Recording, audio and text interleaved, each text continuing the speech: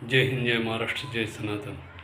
बंधू आणि भगिनींनो, प्रत्येकाला वाटतं की जिल्हा परिषदचा कर्मचारी असो, पंचायत समितीचा अधिकारी असो किंवा कुठलाही अधिकारी असो, त्या प्रत्येकाची मुले ही सरकारी शाळेमध्ये शिकली पाहिजेत.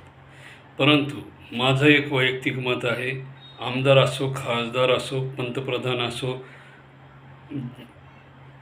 मुख्यमंत्री असो, महसूल मंत्री असो, कुठला मंत्री असो, ह्या सर्वांची मुलं ही सरकारी शाळेमध्ये शिकली पाहिजेत आणि प्रत्येकाला ते बंधनकारक करण्यात यावं.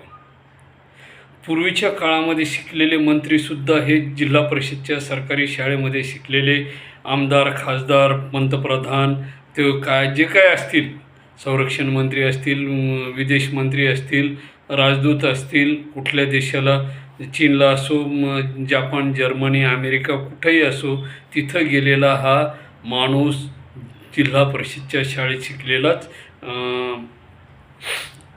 अधिकारी होता. परंतु आता एक नवीनच फॅट निघालेलं आहे की मोठमोठ्याल्या शाळा पाहिजे आणि शासनसुद्धा या मोठमोठ्याल्या शाळांना प्राधान्य देत आहे. जसं की कॅम्ब्रिज असेल, सेंट जॉन असेल, सेंट मेरी असेल, जे काही समजा नामांकित शाळा. मग मला सांगा, हे अधिकारी, आमदार, खासदार, वकील, त्यानंतर मंत्री, संत्री यांचे विद्यार्थी ह्या कॅम्ब्रिज, सेंट जॉन, सेंट मेरी ह्या शाळेमध्ये शिकतील, ठीक आहे. परंतु जिल्हा परिषदच्या शाळा बंद झाल्यानंतर ह्या सर्वसामान्य जनतेच्या मुलांनी कुठं शिकायचं? ज्यांची ऐपतच नाही, सेंट मेरी, सेंट जॉन, पोद्दार, त्यानंतर कॅम्ब्रिज इथल्या शाळेची फी भरण्याची यांची ऐपत नाही, तर मग ह्या लोकांच्या मुलांनी, पाल्यांनी शिकायचं कुठं? जर समजा एखादा पालक जालन्यापासून 30 किलोमीटर खेड्यावर राहत असेल, त्याच्या परिसरातली शाळा बंद असेल जिल्हा परिषदची, आणि ठीक आहे त्याच्या तालुका स्टेपला वगैरे असेल, परंतु त्याच्या गावातून त्या तालुका स्टेपला यायला त्या मुलीला 5 किलोमीटर अंतर पायी यायचं आहे. गावामध्ये वाहन नाही आहे, यायचं कसं? ठीक आहे, गावामध्ये टू व्हीलर आहेत, टू व्हीलरवाले घेऊन येतात माणुसकीच्या नात्यानं, परंतु जो नेहमी घेऊन येणारा माणूस आहे तो आजारी पडला, गावाला गेला, कुठं गेला, काय झालं ते देव जाणे. तिसरा माणूस घेऊन आला, त्याच्या मनामध्ये दुर्बुद्धी सुचली आणि ती दुर्बुद्धी त्या मुलीला घातक जर ठरली तर त्याला जबाबदार कोण? मुलीचे वडील, मुलीची आई, त्या शाळेचे शिक्षक, त्या गावातला सरपंच, पोलीस पाटील किंवा जिल्हाधिकारी, तहसीलदार, तिथला ग्रामसेवक, त्या परिसरातला तलाठी. नेमकं जबाबदार कोणाला धरायचं आहे? मग जबाबदार जर हे लोक राहू शकत नाही तर मग जबाबदार कोणाला धरायचं आहे? तर माझं म्हणणं आहे, प्रत्येकाला जिल्हा परिषदची शाळा ही बंधनकारक करणं गरजेची, करायला हवी. आमदार असो, खासदार असो, किती अब्जावधी माणूस असो, त्यांनी त्याच्या मुलाला जिल्हा परिषदच्या शाळेला 1ली ते 7वीपर्यंत शिक्षण बंधनकारक करायला पाहिजे.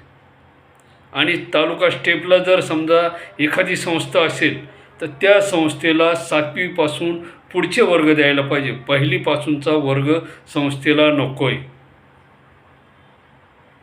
कारण सर्वसामान्य जनतेचं हित त्याच्यामध्ये. जर जिल्हा परिषदच्या शाळा जर बंद झाल्या तर भविष्यात गरिबाला शिक्षण मिळणं फार कठीण जाणार आहे आणि एक फार मोठी दरी निर्माण होणार आहे. एक खालच्या पातळीची दरी निर्माण होणार आहे आणि एक वरच्या पातळीची दरी निर्माण होणार आहे. जसे की रायगडाच्या वरच्या टोकावर श्रीमंत लोक राहतील आणि खालच्या तळाला गरीब लोक राहतील. पण यदा कदाचित जर समजा ह्या लोकांनी उठाव जर केला तर वरच्या लोकांचं कठीण होऊन जाईल, कारण परत तीच परिस्थिती ह्या लोकांना सहारा देईल, जे बाहेरून येतील ते ह्या दरीतल्या लोकांना जवळ करतील. त्यावेळेस वरच्या लोकांना वाचवण्यासाठी कोणी राहणार नाही. तर वेळ गेली नाही. आजही जिल्हा परिषदच्या शाळा कायमस्वरूपी चालू राहू द्या आणि बंधनकारक करा. आमदाराचा मुलगा असो, खासदाराचा मुलगा असो, मुख्यमंत्र्याचा असो, उपमुख्यमंत्र्याचा असो, पंतप्रधानाचा असो, कोणाचाही मुलगा असो, त्याला 10वीपर्यंत शिक्षण हे बंधनकारक जिल्हा परिषदच्या शाळेतच व्हायला पाहिजे. हे कंपल्सरी व्हायला पाहिजे. आणि कुठलीही जरी संस्थेची शाळा असेल, त्या शाळेला 1ली ते 10वी कुठल्याही प्रकारचं हे वर्ग देण्यात येऊ नये. ज्यांच्याकडे ते वर्ग आहेत ते सरकारने बंद करावेत आणि खाजगी शाळा चालू कराव्यात. सरकारी शाळा चालू कराव्यात पूर्ववत. मग त्या खेड्यामध्ये असो, तालुका लेवलला असो, जिल्हा लेवलला असो, सर्वच्या सर्व सरकारी शाळा पूर्ववत चालू व्हायलाच पाहिजे. नाहीतर फार मोठी दरी होईल आणि त्या दरीचा परिणाम परत एकदा दुसऱ्यांदा भारतीयांना भोगावा लागेल, जो 18व्या शतकाच्या सुरुवातीला त्यांना भोगावा लागला. म्हणजे छत्रपती वारल्यानंतर, म्हणजे 17व्या शतकापासूनच सुरुवात झाली म्हणायला हरकत नाही. छत्रपती वारल्यानंतर ही अवस्था निर्माण झाली होती. मुघलाबरोबरच इंग्रज भारतामध्ये शिरले होते. पोर्तुगीज तर केव्हाच भारतात आले होते. 1498लाच पोर्तुगीज भारतात गोव्यामध्ये आले होते. तर त्याचा वाईट परिणाम सर्वसामान्यांना भोगावा लागू नये या दृष्टीने शासनाने पावलं उचलायला हवीत. ज्या शाळा बंद पाडल्यात त्यांना पूर्ववत चालू करण्यात यावं. मागील जूनमध्ये ज्या काही शाळा बंद पडल्या होत्या 2025मध्ये, किंवा त्याच्या अगोदरच्या, किंवा आता ज्या बंद पडत आहेत त्यांना पुनर्जीवन देण्यात यावं, त्यांना परत एकदा चालू करण्यात यावं. मी माझ्या स्वार्थासाठी सांगत नाही, येणाऱ्या भविष्यासाठी सांगतो आहे. कारण येणारं भवितव्य फार मोठं घातक ठरणार आहे. जर शासनाने या खाजगी सरकारी शाळा बंद करून खाजगीला जर चालना दिली आणि त्यातली त्यात इंग्रजी शाळेला जर प्राधान्य दिलं तर फार मोठा धोका भारताला होणार आहे. कसा होणार आहे तुम्ही मागचा इतिहास आठवा, तुमच्या लक्षात येईल. इंग्रजांनी कसं केलं, पोर्तुगीजांनी कसं केलं, मुघलांनी कसं केलं, हा तुमच्या डोळ्यासमोरचा मागचा इतिहास आहे. तुम्ही जोपर्यंत इतिहासाची पानं चालणार नाहीत, ते वाचणार नाहीत, तोपर्यंत तुम्हाला ते कळणार नाही. आणि त्यातली त्यात काय झालेलं आहे की स्वातंत्र्य उत्तर काळामध्ये जे शिक्षण मंत्री होऊन गेलेत त्यांनी फक्त काय केलेलं आहे, ह्यांचाच गुणगौरव केलेला आहे. कोणाचा? इंग्रज, मुघल, पोर्तुगीज. आणि त्यामुळे काय आहे की आपल्यामध्ये गैरसमज निर्माण झालेला आहे की हे लोक फार चांगले आहेत. परंतु ह्यांनी पूर्वीचा इतिहास तुम्ही पान चाळा, तुमच्या लक्षात येईल की मागचा इतिहास काय आहे. तो इंग्रजांनी फक्त स्वतःच्या फायद्यासाठी सर्वसामान्य भारतीय जनतेची लूट केलेली. मी मागचे 2-3 इतिहासाची पानं तुम्हाला सांगितली कशी येतं. जातीयवाद कुठून आला, सतीप्रथा कुठून आली, केशवपण प्रथा कुठून आली, ह्या गोष्टी. त्याच्यानंतर वारसा हक्क कसा बंद झाला, ते सगळ्या गोष्टी तुम्ही त्या पाठीमागच्या भागामध्ये बघितल्या आहे. आणि त्या दृष्टीनं मी तुम्हाला प्रत्येक वेळेस, आणि याच्यामध्ये सर्वसामान्य पालकांना जागं होणं गरजेचं आहे. जो सुशिक्षित आहे त्यांनीसुद्धा जागं होण्याची गरज आहे. महत्त्वाचा मुद्दा म्हणजे शिकलेला माणूस गुलाम होतो. मी सांगत नाही, इतिहास सांगतोय. शिक्षण गरजेचं आहे. डॉक्टर बाबासाहेब आंबेडकरांनी सांगितलं शिक्षण घ्या, शिक्षण वाघिणीचं दूध आहे. परंतु त्या शिक्षणाने तुम्ही गुलाम होऊ नका, हा महत्त्वाचा मुद्दा आहे. जो माणूस शिकलेला आहे तो काय म्हणतो, जाऊ दे ना, आपलं काय संबंध आहे, आपले पोरं शिकलेत, ते नोकरीला लागलेत. पण अरे बाबा, त्या पोराची पिढी बघा ना, त्या पोराची येणारी पिढी बघा. आज तुमची परिस्थिती चांगली आहे, तुम्हाला तुमच्याकडे 100 माणसं काम करत आहेत. उद्या ती परिस्थिती राहणार आहे का? नाही राहणार. निसर्ग हा परिवर्तनशील आहे. तसंच तो एका जागेवर राहत नाही. लक्ष्मी आज तुमच्याकडं आहे, उद्या ती तुमच्याकडं राहणार नाही, हे लक्षात घ्या. तुम्ही आज तुमचा स्वतःपुरता विचार करताय, भविष्यात तुम्ही दूरदृष्टीपणा ठेवा. छत्रपतींसारखा त्यांनी रायगडावर हत्तीचं पिल्लू कसं वाढवलं, हत्ती कसा नेला, हेनरीचं डोकं आऊट झालं होतं, तसा दूरदृष्टीपणा तुम्ही ठेवा की भविष्यात आपल्या पंतूला तुमच्या पंतूला ही अडचण येऊ नये. तो शिकल का नाही शिकल तो नंतरचा भाग, पण सरकारी शाळा बंद होता कामा नये. मी सांगतोय म्हणून तुम्ही माझ्यावर विश्वास नका ठेवू. तुम्ही तुमच्या विचाराचं मंथन करा आणि थोडा मागचा इतिहास बघा आणि पुढचा इतिहास बघा. तुमच्या डोळ्यासमोर काय चित्र येतं ते. तुमच्याकडं आज 10 माणसं काम करत आहेत, 100 माणसं काम करत आहेत का? तुमचं तकदीर चांगलं आहे. भविष्यात काय होईल सांगता येत नाही. तुमचा पंतू जिल्हा परिषदच्या शाळेमध्ये जर खाजगी शाळेमध्ये घालण्याची परिस्थिती पुढच्या आयुष्यात जर नसेल, त्याला सरकारी शाळाच गरजेची आहे. आणि त्यावेळेस जर सरकारी शाळा नसेल तर तो कुठं जाईल तुम्ही विचार करा. कुठं जाईल तो याचा विचार करा. जर सरकारी शाळा जर नाही राहिली आणि खाजगी शाळेमध्ये जाण्याची ऐपत नाही राहिली त्याची, तर तो काय करील? डुकरं पण राहतील का नाही काय माहीत सांभाळायला, तो विचार करा. म्हणून मी म्हणतो शिकलेल्या माणसांनी गुलाम व्हायला नाही पाहिजे. आजच्या काळामध्ये शिकलेली माणसं गुलाम झाली. काय झालं आहे? गुलाम झाल्यामुळं काय झालं आहे? आणि हे आजच नाही आहे, स्वातंत्र्य उत्तर काळापासून चालू आहे. शिकलेली माणसं गुलाम झाल्यामुळं काय झालं आहे की सरकार जे नियम दाखवील त्या नियमानंच ते चालतात. म्हणजे काय असतं, बैलगाडीला झोपलेला बैल जो असतो तो बरोबर चाकोरीनंच चालतो. काय असतं, तो चाकोरीनंच चालतो, तो बाजूला जात नाही. आणि मोकळा बैल तो कुठंही जातो, शेजाऱ्याच्या पिकामध्ये पण जातो, मार खातो, पण ते 2 घास का होईना पोट भरतो. पण ह्या बैलाला चाकोरीनंच जाणं आहे, जे मालक टाकीन तेच खाणं आहे. आणि त्याच पद्धतीनं शिकलेल्या माणसाची अवस्था आहे. जो स्वातंत्र्याने मोकळा आहे तो बरोबर आपलं जीवन जगतो. ठीक आहे, तुम्ही मला सांगा, अब्दुल कोणत्या भारताचे राष्ट्रपती अब्दुल कलामजी हे कोणत्या शाळेत शिकले? ते तर आताचे राष्ट्रपती प्रतिभा पाटील, आताच्या राष्ट्रपती, हे स्वातंत्र्य उत्तर काळामधल्याच आहेत, आहे की नाही? मग हे लोक कोणत्या शाळेत शिकले? अब्दुल कलामजी तर शास्त्रज्ञ होते, राष्ट्रपती होते, ते कोणत्या शाळेत शिकले? त्यांनी पेपर वाटले, सगळं केलं. ते कॅम्ब्रिजला शिकले का? ते पोद्दारला शिकले का? सेंट मेरीला शिकले का? सेंट जॉनला शिकले का? नाही, ते सरकारी शाळेत शिकले. मग तुम्ही सरकारी शाळेला मागणी करा ना शासनाला, सरकारी शाळा चालू राहू द्या. मागणी करा, ज्या संस्थेअंतर्गत 1ली ते 10वी वर्ग आहेत ते बंद करण्यात यावे. मागणी करा तुम्ही. जोपर्यंत तुम्ही उठाव करणार नाहीत, जोपर्यंत शिकलेला माणूस झोपलेला आहे, तोपर्यंत ही परिस्थिती निर्माण राहणार आहे.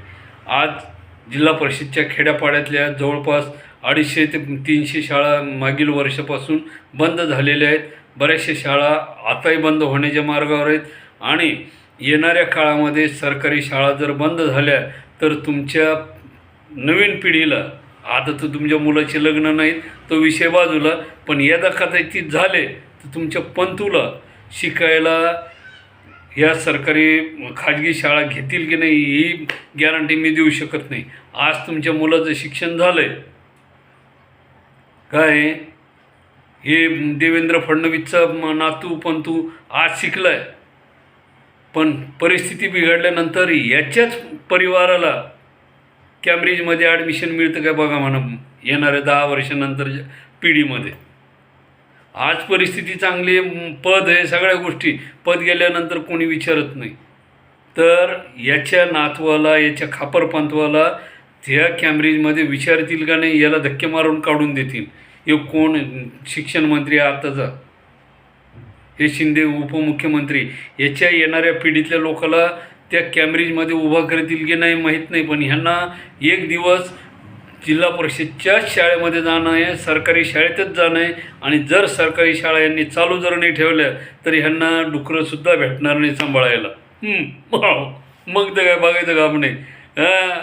मग चालले आपले वड्याला नाल्याला पाणीसुद्धा नाही.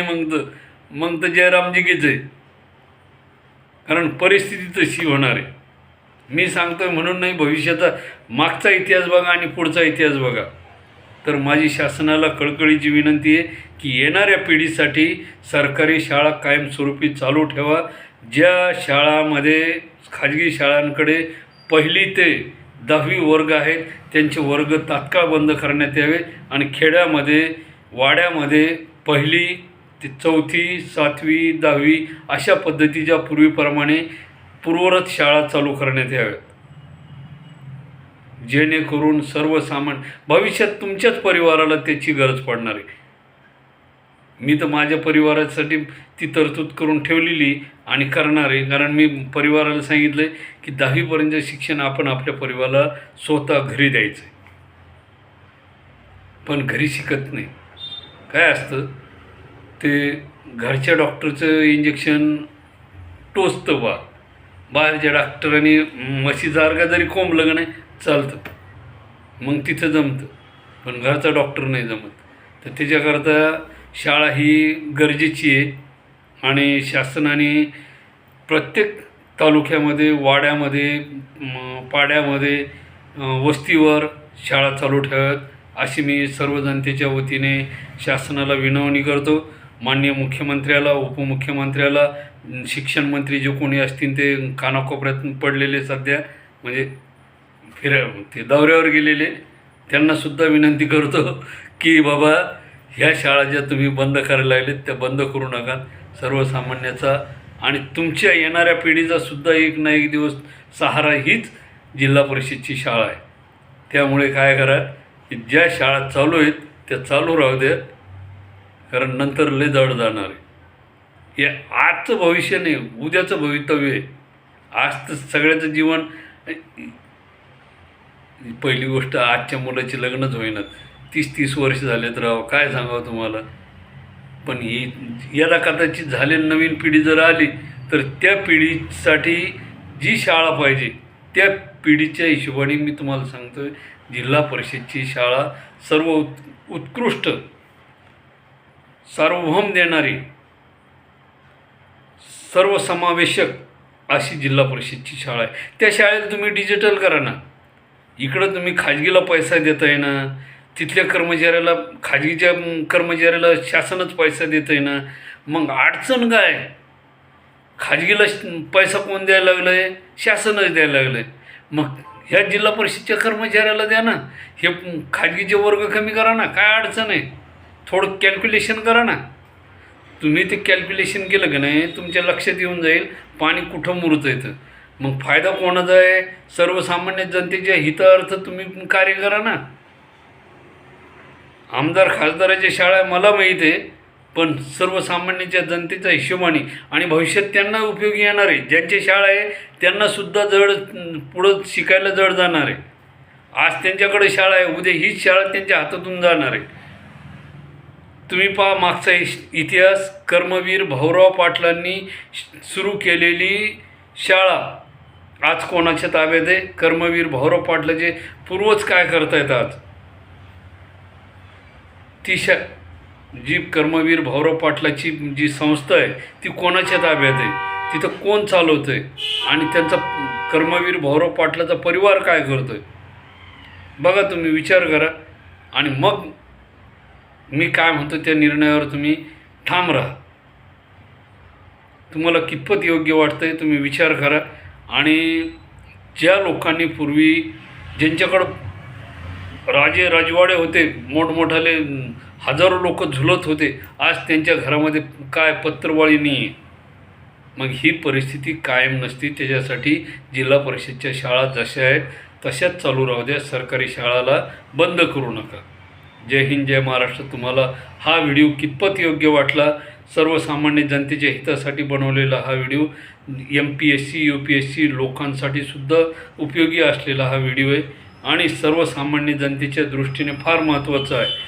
ज्या ठिकाणी ज्या शाळेमध्ये डॉक्टर APJ अब्दुल कलाम सारखे लोक शिकले, काय ज्या ठिकाणी शिकले, प्रतिभाताई पाटील सारखे लोक शिकले आणि मोठमोठ्या पदावर गेले, त्या शाळा आज बंद होण्याच्या मार्गावर आहेत. म्हणून मी सर्वांना विनंती करतो की ह्या शाळा बंद होऊ देऊ नका, यांना चालू राहू द्या, यांचं पुनर्जीवन करा. माननीय मुख्यमंत्री, उपमुख्यमंत्री आणि शिक्षण मंत्री ह्यांना मी कळकळीची विनंती आहे की जिल्हा परिषदेतली एकही शाळा महाराष्ट्रामधली बंद पाडू नका, त्या चालू ठेवा, त्यांचं पुनर्जीवन करा, त्यांना पाणी घाला. कशाचं पाणी घाला ते तुम्हाला तुमची भाषा तुम्हाला कळली असेल. तिला जीवदान द्या त्या शाळेला. तुम्ही जे आज खाजगी शाळेला डोक्यावर घेताय ना, तिथं जो पैसा पुरवतायत ना, तोच पैसा जिल्हा परिषदला पुरवा, त्या पुनर्जीवन होईल त्यांचं आणि सर्वसामान्य खेड्यापाड्यातील विद्यार्थी शिकतील आणि जेणेकरून सर्वांचं भलं होईल. जय हिंद, जय महाराष्ट्र, जय सनातन. धन्यवाद.